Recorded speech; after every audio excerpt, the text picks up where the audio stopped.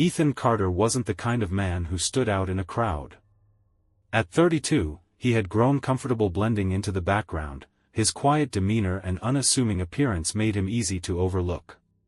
He worked long hours at Carter's Auto Repair, a modest garage tucked away on the outskirts of town. His hands were calloused from years of turning wrenches, his knuckles scarred from slips and mishaps, but Ethan never complained. Work kept him busy, and being busy kept him sane. But lately, even work hadn't been enough to silence the doubts gnawing at him. It wasn't just the financial strain, though that certainly weighed heavily on his mind, or the mounting bills piling up on the kitchen counter like an accusation. No, it was Claire. Sweet, beautiful Claire Bennett, whose laughter once lit up his world, now seemed distant somehow. Her smiles felt rehearsed, her affection tinged with impatience. She deserved better than him, Ethan thought bitterly. And maybe she knew it too. Their relationship had started with such promise. They met 2 years ago at a mutual friend's barbecue, where Claire arrived late, wearing a sundress that caught the light every time she moved. Ethan remembered how nervous he'd been when she sat beside him, asking about his job and laughing at his awkward jokes. For the first time in what felt like forever, he allowed himself to hope, for love, for stability, for something resembling happiness. Now, sitting alone in his cramped apartment above the garage, Ethan stared blankly at the television screen, replaying their recent arguments in his head. Why couldn't he give her the life she wanted? Why did she always seem so restless around him? A knock at the door startled him out of his thoughts. Opening it, he found Claire standing there, holding a duffel bag and smiling brightly despite the dark circles under her eyes. "Surprise," she said, stepping inside without waiting for an invitation. "I thought we could take a little road trip this weekend. Just you and me." Ethan hesitated. A road trip sounded nice, in theory, but given their current state, he wasn't sure spending 3 days cooped up together would solve anything. Still, he nodded reluctantly, unwilling to disappoint her. "Sure," he muttered. "Where are we going?" Claire shrugged, tossing her bag onto the couch. "Doesn't matter. Somewhere new.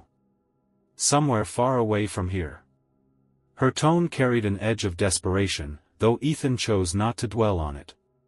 Maybe she needed this as much as he did, a chance to reset, to escape the tension that had settled between them like a storm cloud refusing to break. The drive began quietly enough.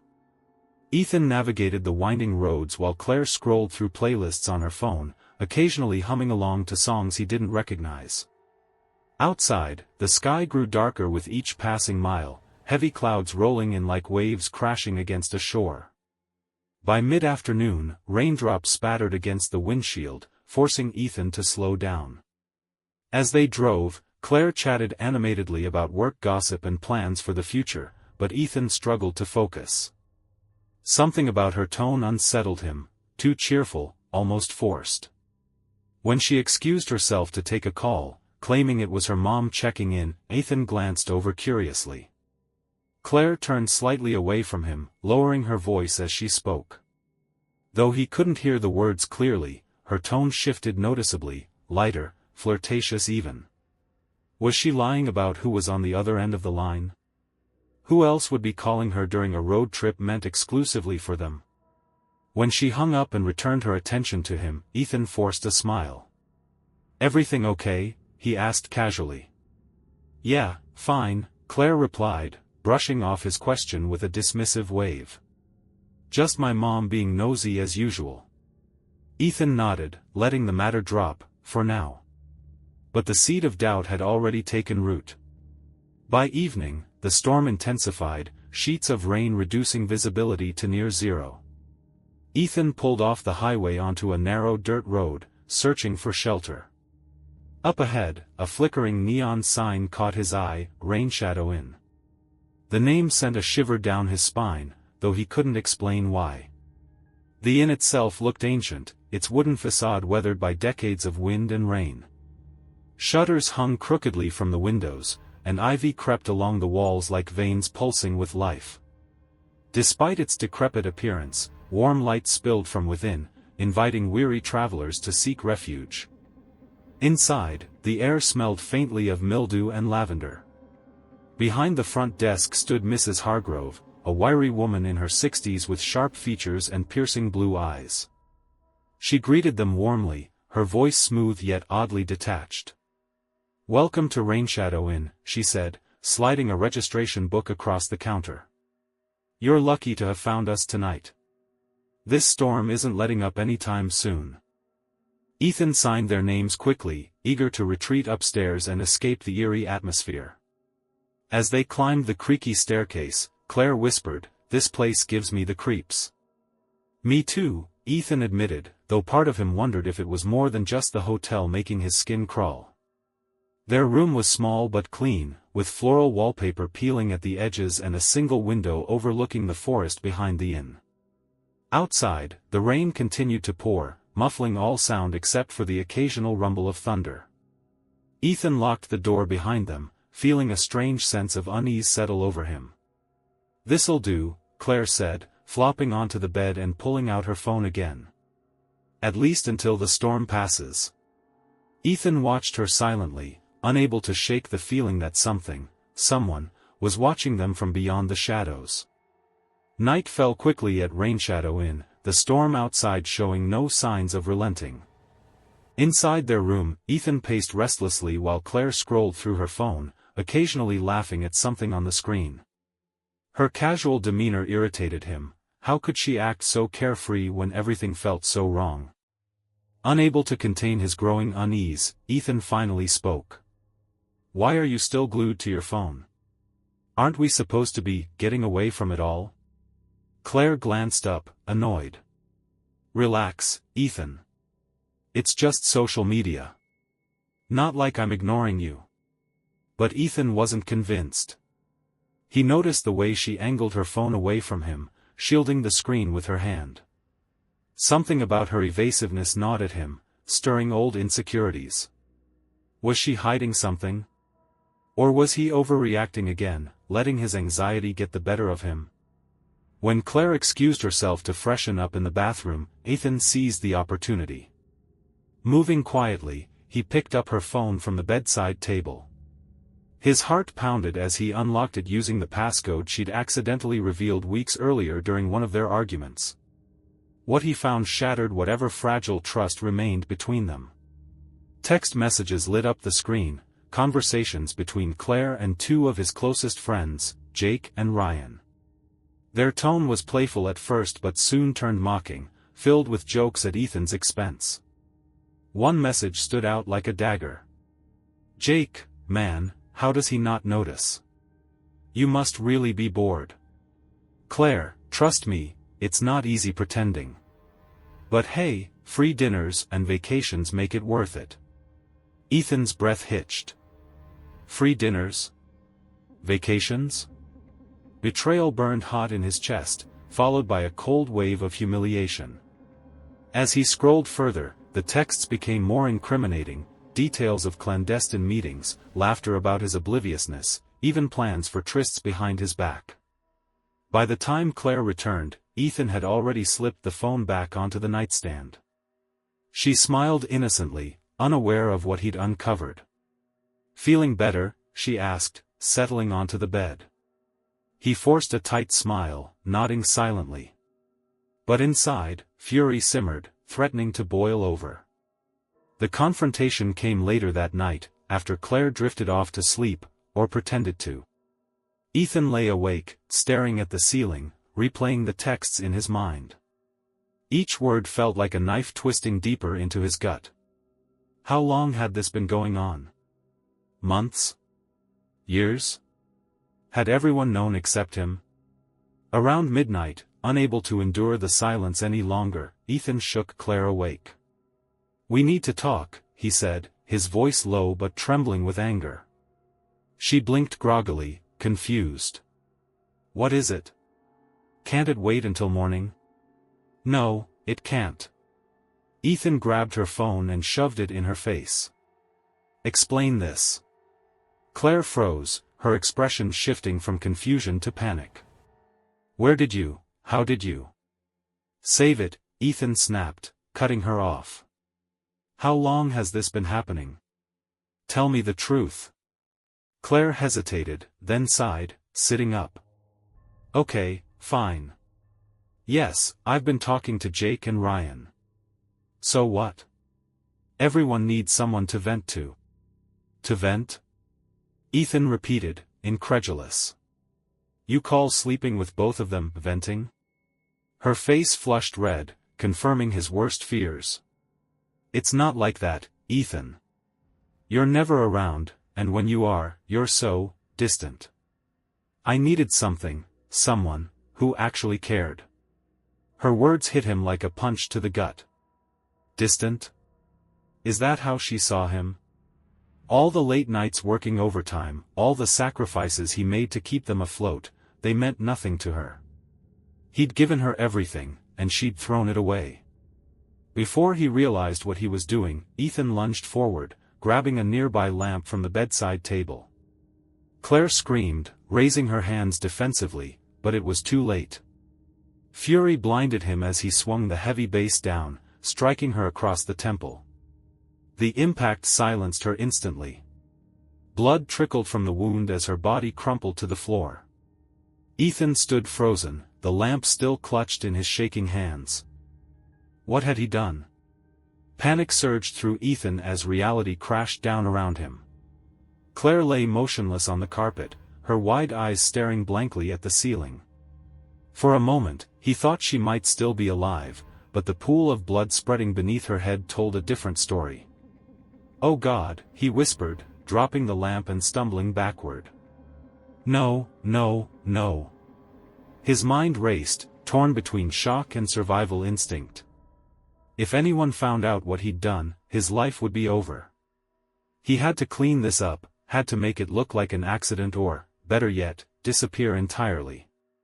Grabbing towels from the bathroom, Ethan pressed them against Claire's wound, though it was futile. She was gone. Shaking violently, he dragged her limp body into the bathtub and wrapped her in plastic bags he scavenged from the wastebasket. The metallic smell of blood filled the air, making him gag. Once she was concealed, Ethan surveyed the room, searching for evidence. He wiped down surfaces, collecting anything that might implicate him, the lamp, her phone, stray fibers on the carpet. Then, under cover of darkness, he carried the bundle outside toward the dense forest surrounding the inn. Rain lashed against his face as he trudged through mud and fallen leaves, each step heavier than the last. Guilt clawed at him, whispering cruel truths. He'd killed the woman he loved, or thought he loved. And now there was no turning back. In a small clearing, Ethan dug a shallow grave with trembling hands. Lowering Claire's body into the earth, he hesitated, tears streaming down his face. Memories flooded his mind, her laughter, her touch, the way she used to hold him close on cold nights. None of it mattered anymore. She was gone, and so was the man he used to be. As he shoveled dirt over the grave, Ethan vowed to bury not only Claire but also the part of himself that had allowed this to happen. From now on, survival was all that mattered. Back at the hotel, Ethan scrubbed his hands raw in the bathroom sink, trying to wash away the guilt clinging to his skin. Despite his efforts, he couldn't shake the feeling that someone was watching him. Shadows seemed darker, noises louder, every creak of the floorboards a potential threat. Mrs. Hargrove appeared unexpectedly, knocking softly on their door. "Is everything all right?" she asked, her piercing gaze lingering on Ethan's disheveled appearance. "Yes, fine," he lied, forcing a weak smile. "Just tired." She nodded slowly, though suspicion lingered in her eyes. "Well, let me know if you need anything." Once she left, Ethan locked the door and slid down against it, clutching his knees to his chest. Sleep eluded him that night. Instead, he stared at the wall, haunted by visions of Claire's lifeless face. Every sound, the patter of rain, the groan of wind through the trees, felt like an accusation.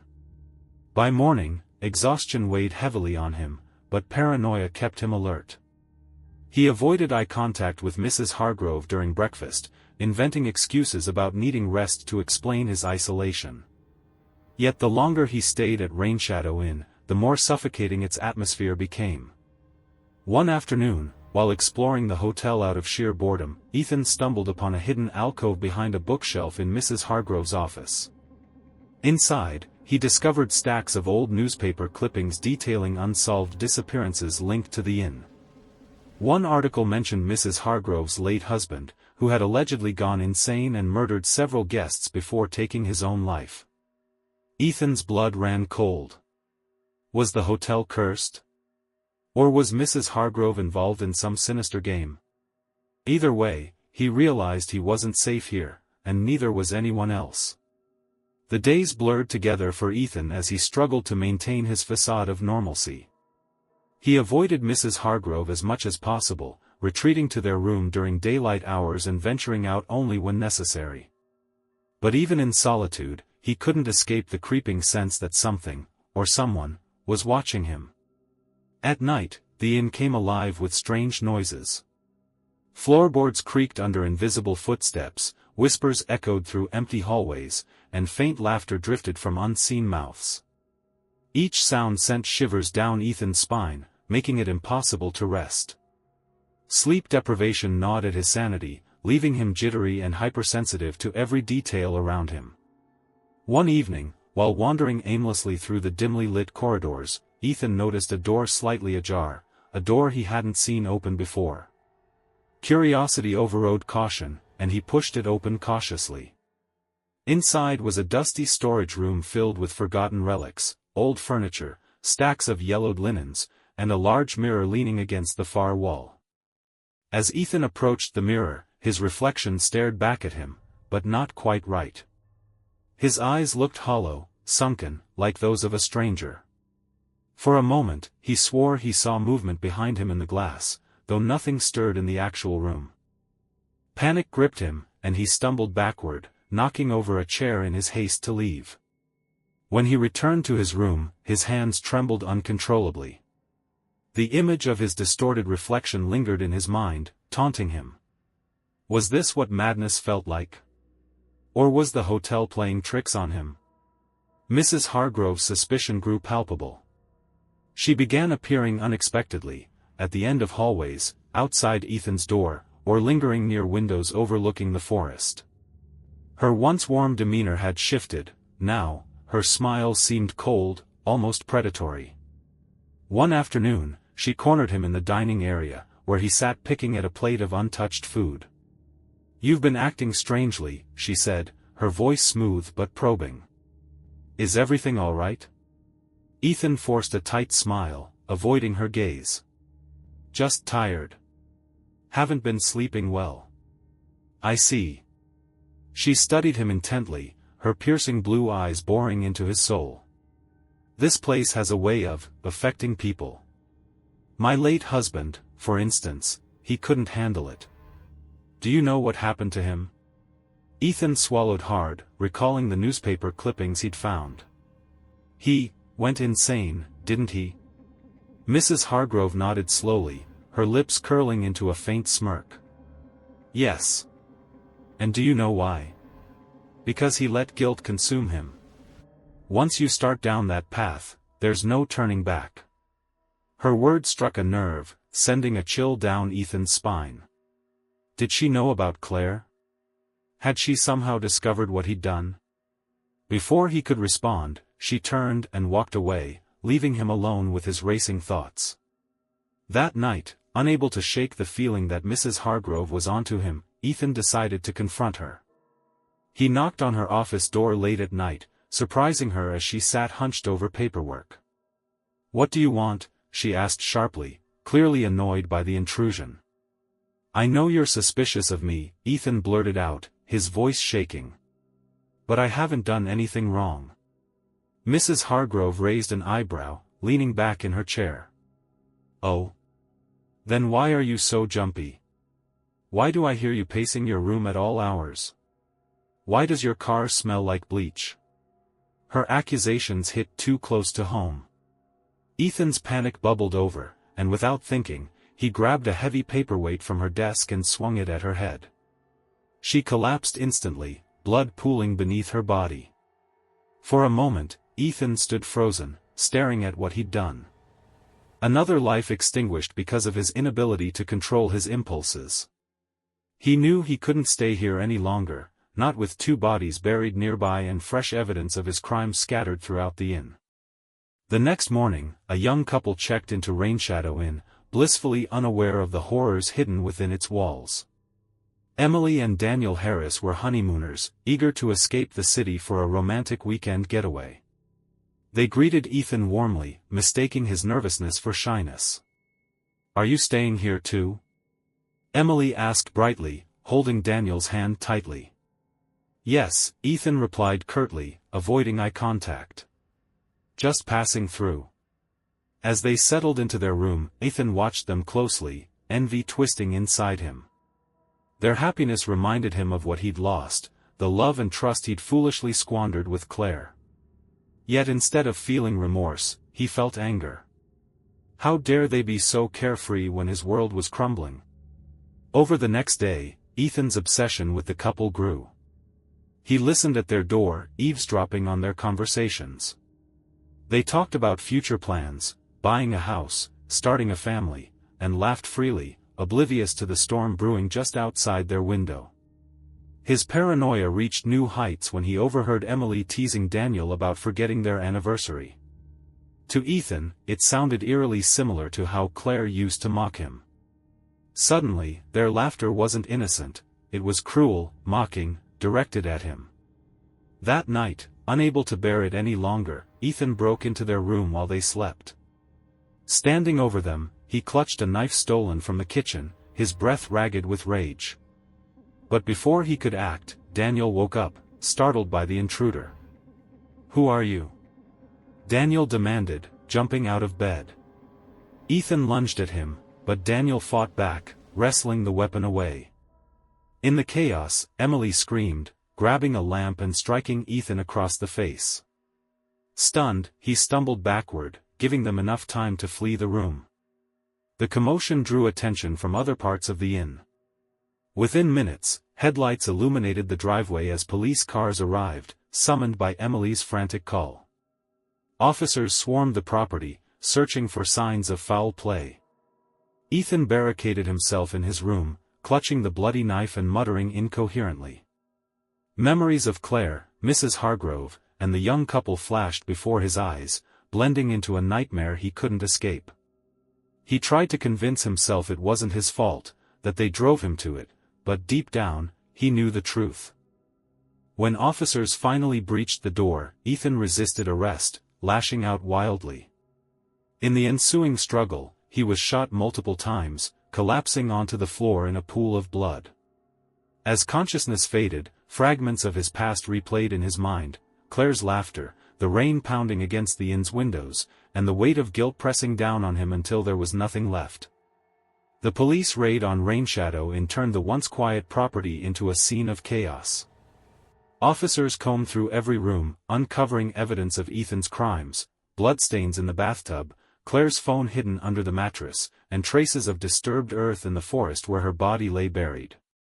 Mrs. Hargrove's lifeless form was discovered in her office, adding another layer of horror to the investigation. Ethan, critically wounded from the shootout, was rushed to the hospital but remained unconscious for days. When he finally regained consciousness, he found himself handcuffed to a hospital bed, surrounded by detectives eager to piece together what had happened at the inn.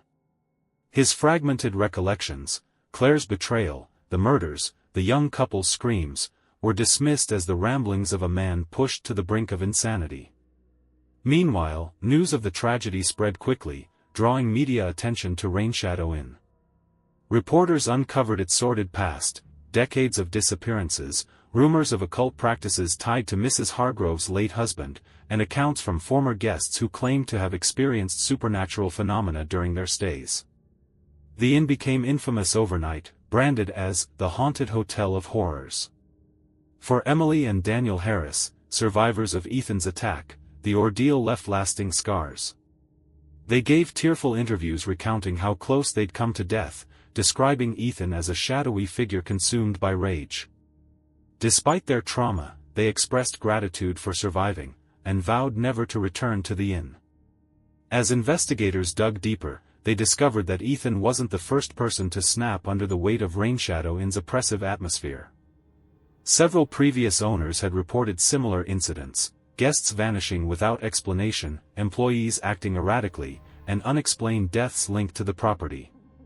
Some speculated that the land itself was cursed, feeding off human despair and amplifying it until victims succumbed to madness. But others pointed to more earthly explanations: Mrs. Hargrove's manipulative nature, perhaps even complicity in prior crimes. Had she orchestrated events to drive guests to ruin, profiting from their misfortune? Or was she merely a victim of circumstance, caught in a cycle of violence she couldn't control? Ethan's trial captivated the nation, playing out like a modern-day morality tale. Prosecutors painted him as a cold-blooded killer, citing his calculated disposal of Claire's body and subsequent attacks on Mrs. Hargrove and the Harrisas. Defense attorneys countered by arguing diminished capacity, pointing to Ethan's deteriorating mental state and the influence of Rainshadow Inn's toxic environment. Witness testimonies revealed conflicting perspectives. Neighbors described Ethan as a quiet, hardworking man struggling to make ends meet. Friends admitted they'd distanced themselves after noticing his increasing paranoia and erratic behavior. Even Jake and Ryan, the men involved with Claire, took the stand, expressing shock over her death while downplaying their roles in the betrayal that sparked Ethan's rage. Throughout the proceedings, Ethan sat silently, staring blankly ahead. Whether due to guilt, medication, or sheer exhaustion, he offered no defense, no explanation for his actions. To many observers, this silence spoke volumes, a tacit admission of guilt coupled with an inability to confront the enormity of his crimes. In the end, the jury delivered a guilty verdict, sentencing Ethan to life in prison without parole. As officers led him away, cameras captured his hollow expression, one of resignation rather than remorse. The man who had once dreamed of love and stability was now reduced to a cautionary figure, a symbol of how quickly life can unravel when trust is shattered. With Ethan behind bars, authorities moved to shut down Rainshadow Inn permanently. The building was condemned, its doors boarded up and windows sealed against trespassers. Yet despite these precautions, rumors persisted about strange occurrences within its walls, lights flickering in empty rooms, disembodied voices echoing through hallways, and shadows moving where no one stood. Local historians took interest in the property's origins, uncovering documents linking it to a series of brutal murders committed nearly a century earlier. According to legend, the original owner, a reclusive artist named Elias Rainshadow, had lured unsuspecting travelers to his home, using them as subjects for grotesque paintings before disposing of their bodies. Though never proven, the stories added another layer of infamy to the site. Some believed Ethan's actions were inevitable, that anyone exposed to Rainshadow Inn's malevolent energy would eventually succumb to violence and despair. Others argued that the true culprit was human nature itself, greed, jealousy, and unchecked anger leading ordinary people to commit unspeakable acts. Regardless of interpretation, one thing remained clear: Rainshadow Inn had claimed another victim, leaving behind a legacy of tragedy and unanswered questions. Months later, a journalist named Sarah Monroe visited the abandoned inn, hoping to write a definitive account of its dark history. Armed with a flashlight and notebook, she wandered through its decaying halls, documenting every detail. But as she explored, she began noticing oddities, items left behind by previous occupants: a child's doll sitting atop a dusty dresser, a pair of muddy boots near the back door, and a single red rose wilting in a vase on the reception desk. In the storage room where Ethan had encountered the mirror, Sarah found something particularly chilling: a scrap of paper wedged beneath the frame. On it was scrawled a single sentence: "Remember who you were before the world broke you." The handwriting matched the note Ethan had received weeks before Claire's murder. Was it a message from Mrs. Hargrove? A warning from someone else entirely? Or simply a fragment of Ethan's fractured psyche? Sarah photographed the note and left the inn shaken, unable to shake the feeling that she was being watched. Back at her car, she glanced up at the inn's upper windows, catching a glimpse of movement in the shadows. For a moment, she thought she saw two figures standing side by side, Ethan and Claire, locked in an eternal embrace, or perhaps just tricks of light and memory. As she drove away, rain began to fall again, washing away footprints in the dirt leading to and from the inn. Somewhere deep within its walls, whispers lingered, waiting for the next lost soul to cross its threshold.